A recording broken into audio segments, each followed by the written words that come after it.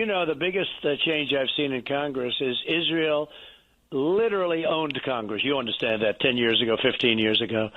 And it was so powerful. And we're not talking about over a very long period of time. But I think you know exactly what I'm saying. They had such power, Israel had such power, and rightfully, over Congress, and now it doesn't. So we all know the guy who created Dilbert, Scott Adams, friend of the show. And so he thoroughly hates me, but I don't hate him back. I appreciate Dilbert, and he got upset that he got COVID wrong, and I pointed it out on Twitter, and so he thinks I'm dumb because I wasn't as dumb as him, I guess. But anyway, I feel for him because he's got prostate cancer that is metastasized, and he's, the end of his life is he can see it. So President Trump, when he found out that Scott Adams had prostate cancer that had metastasized to his bones, he called him, and he told Scott Adams, hey, if there's anything I could do to help you, let me know, and I'll help you. So Scott Adams was supposed to get a new drug, a treatment with an IV to help treat his cancer.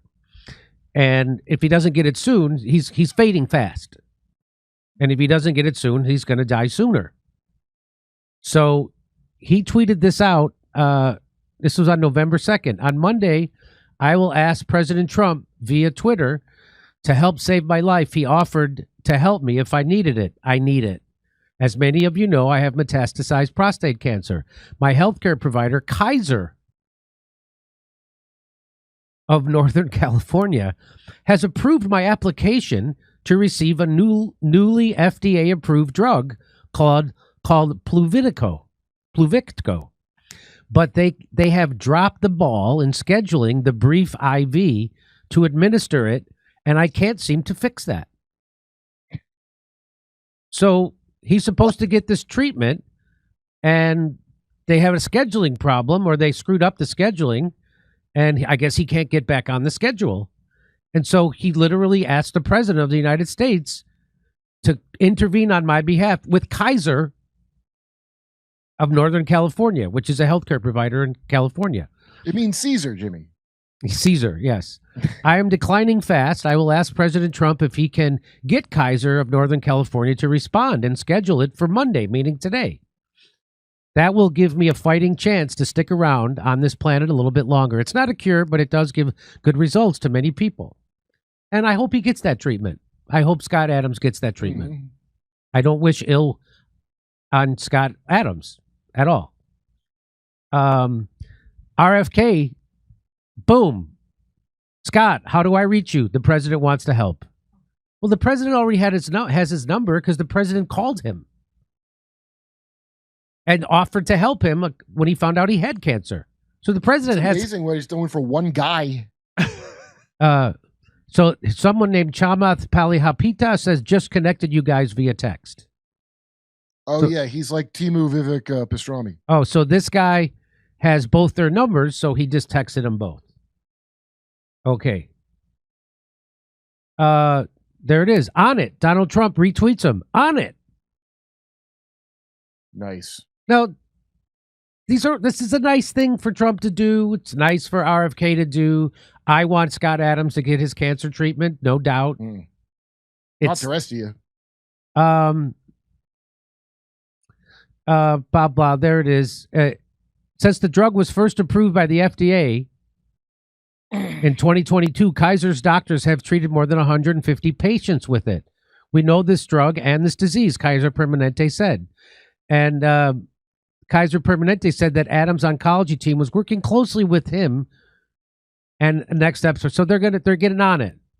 Benny Johnson tweets out, wow, the Trump administration has stepped up to help Scott Adams get the treatment he needs and fights with God bless Scott, and God bless the Trump administration for standing by him. Eric Doherty, an incredible story in 3 parts. Scott Adams goes on Twitter, says his healthcare provider dropped the ball on scheduling. President Trump's team immediately intervenes. Scott gets the help he's needed. This is why Twitter is the best. So is the Trump administration. Amazing work. President Trump is loyal to those who've supported him over the years and will be helping Scott Adams expedite his application for an experimental treatment that has good chance of prolonging his survival against cancer. Oh, thanks, Emails Chong, weirdo that lives in Malaysia that's not even from here but pretends he's from here, scumbag. So this, of course, you see where this is going. This has caused an outrage, or at least a debate about access, right? So when a super rich, connected, important person needs health care, they can get it. But the rest of you go pound sand. That's our system. Stop being fat and lazy. Stop being fat and lazy. Trump's high-profile intervention on behalf of Adams sparked a range of reactions. There are those who declared that, well, I just showed you the ones who said Trump's a treasure, he's a treasure, and Trump is doing a great job. Others said that Adams' plight was an example of how American healthcare system is broken, or that a managed care organization like Kaiser fails its patients. They praised him for calling attention to what millions of Americans experience daily. So just so you know, you guys are going to get flooded with a lot of requests now, everything from terminal illness to my dog can't stop belching, just so you know. It's like Santa Claus, but Santa just keeps one of the children's letters. Yes, but Santa Claus just keeps one of the children's letters. A loyal child. A loyal. But others debated the point that a famous supporter of Trump was able to get immediate attention for his health care needs. At the same time, the government is shut down.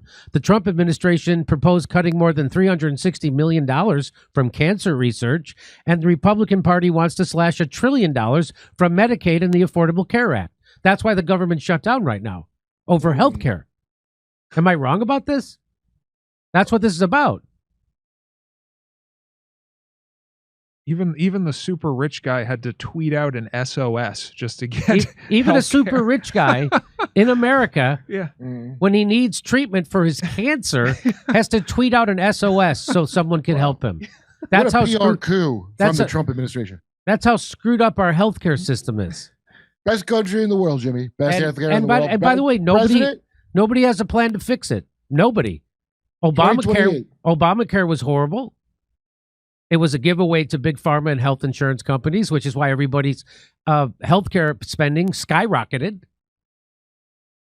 The Republicans don't have a plan, as Marjorie Taylor Greene has lamented on camera. That where is my party's plan for healthcare? My kids are going to be able to avoid to afford their health insurance premiums. When she said that her health insurance premium went from $800 a month to $2,500 a month, more than her house payment. So it's both parties. Because we all know the answer to the question here. The answer to the question is Medicare for all. Everybody would pay half as much. So if you're paying $20,000 in a premium, let's say you have a family of 4. You have to pay a $20,000 premium. Then you have a deductible for the first time you use it, usually several $1,000s, if not $5,000. So now we're up to $25,000. Then you got to pay your co-pays and your out-of-pocket costs. So now you're up to $30,000 just to use your health care every year. That's what you have to pay. So if we had Medicare for all, that would go down to about $10,000. Just so you know. And I can't find the clip of Donald Trump praising when he was in Ireland. And it was either he broke his arm or somebody with him broke his arm, and they went to get it fixed. They got it fixed, cost $5. Boom, $5. And he was like, what a great system. This was before he was president. He said that on David Letterman. By the way, you can't find that video anywhere. That video has been scrubbed, and if anybody can find it, please send it to me. Why would they scrub it? So here's what other people have been saying. Imagine having cancer and seeing this post about Scott Adams. Knowing you probably have no chance in hell of getting the special privilege, Scott Adams apparently feels he has with his direct connections to the MAGA Trump crowd. Yeah, well... Charlie in the Chocolate Factory reminds me of. I need a penis reduction. You don't see me bugging the president about it. So is it who you know to get health care? Yes. Yes. Hope he gets help, but this is a bad look. If my father had posted back in 2019, would he have gotten help from the metastatic prostate cancer that took his life? Something tells me no. Yeah, the answer is no. Scott Adams says, best president ever. Grigori says, if you can say the president was instrumental in saving your life, I'm guessing you're on a very short list. I'm so glad to see you posting this way. Catherine from Massachusetts says, aren't you worth about $20 million to Scott Adams? It's really expensive treatment. And you're still calling in special favors to get your health care covered while the rest of us just suffer or sometimes die for lack of treatment?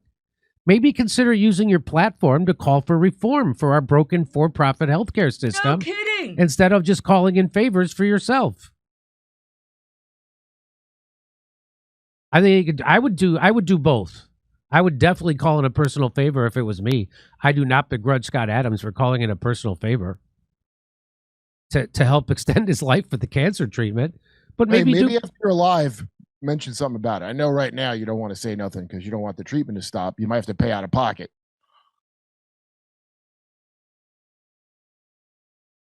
Even Rabbi Shmuley donated because he misread the word Dilbert. He thought he said dildo. After Trump's intervention, Adams joked that nobody in senior management at Kaiser, my healthcare company, had a good weekend. But I feel bad about it, but good about it too, because it might have saved my life. I mean, there's a very good chance. And so here is Scott Adams tweeting that out, RFK. Doge designer says, if you want to reach the most influential people of the world, then the Twitter platform is by far the best. Elon Musk says yes. So nobody here is talking about how effed up our healthcare system is. Just the best. And X is great because that's where you can really hear about how great America is. So Elon's takeaway on this is that this is an example of the power of Twitter. This is an ad for Twitter now. This is an ad for Twitter instead of how effed up our country is and our healthcare system. That's his takeaway. I really love seeing wealthy people helping other wealthy people. Right. Isn't it nice? Billionaires helping billionaires. Billionaires helping millionaires. I don't think Scott Adams is a billionaire. So good luck to Scott Adams as usual. Wish him all the best. Big fan of his cartoon. And it would be nice if he used his platform to also point out how screwed up our healthcare system is, that even a guy with $20 million has to call in a personal favor from the most powerful guy in the country just to get his cancer treatment. Okay. Come see us tell jokes about this stuff the day after Thanksgiving. We're going to give thanks, and then we're going to make fun of all the shit we don't have to give thanks for. It's the day after Thanksgiving in Burbank, California at Flappers Comedy Club. Then we'll be in Pottstown, Pennsylvania, December 6th. January 11th, we'll be in Waikiki at the Blue Note. It's a beautiful place. Go to jimmydore.com for a link for tickets. It's a Sunday. Make your vacation plans now. I'll see you in Hawaii. Waikiki, it's my favorite. A lot of people like Maui. I don't. I like it. I like Maui. My favorite part of Hawaii is Waikiki. Okay, over to Steph. All right. Thank you, Jimmy. Hey, ladies and gentlemen, if you're coming to our Australia shows, you might want to go ahead, purchase a T-shirt online from our merch store and bring it, and Jimmy will sign it. You might want to do that. We're not bringing merch to Australia. Woo! Too much of a heavy lift for us, and we're not mailing it. Yikesy. So that's my little recommendation. What do you think? Huh? What do you think? All right. Before EBT, before food stamps, the people got commodities from the county overstock. Unvaccinated guy, hello. Space 99 Yak, if you want Trump to tap the other budget to fully fund SNAP, tell Trump that the budget is only for 16-year-olds. All right. That's a thought. Where am I here? What % of Americans are obese? Come on, why did that move over there? What is that percentage? Check it out. 1 in 3 Americans, 1 in 3 adults are obese. Who's the fatty in this room? Huh? I don't. Woo. Keep it to yourself. One of you is fat, and I'm going to find out who it is. You won't escape. Okay, I read that one. That was from Space. Okay, an unvaccinated guy has to do with a forehead and a power button and a wicker bed. Okay, thank you so much. Moving on. Nina can't. If you have a job, you shouldn't need trucking food stamps. Nina can't. But that's, What? that should be the way it works out. What? If you have a job, you don't need food stamps. That Yeah. should be the way it No, works there's out. lots but of that's people not who- the reality. Yeah, that's right. Go ahead, Jimmy. No, there's lots of people who work in America who are homeless. Does Homeless someone have people. a job that wrote that? Homeless people have jobs. Lots of 40% of the homeless people have jobs. And lots of people who are on food stamps have jobs. They just don't make enough money to feed their family in America. When I was a high school English teacher, I had friends that were just starting to be teachers, and they still lived at home because it was too expensive for them. Full-time teachers working, still living at home. Can you imagine? All right, here we go. There's several reasons people get obese. Poor nutritional value of the food, addictive additives. That is a big deal, the addictive additives. We all know that exists, and especially in junk food and those salty treats. Oh, my God, give me a bag of Doritos. I'm not going to be able to stop. That's why I don't buy them. If we had a functioning government, Go ahead, show Jimmy. our government would not only ban cancer-causing food dyes in our food, but would also ban seed oils. It would also ban high fructose corn syrup, trans fats. It would ban the poison that we inject, or glyphosate. It would ban all that stuff. So, but we don't have a functioning government. We have a government that's captured by corporations and billionaires, and that's what you get. And what you end up with? You end up with our food being poisoned with garbage, glyphosate, seed oils, high fructose corn syrup, in everything. They put it in baby formula. Seed oils is full of baby formula is full of seed oils. And then we shoot him with 72 vaccines.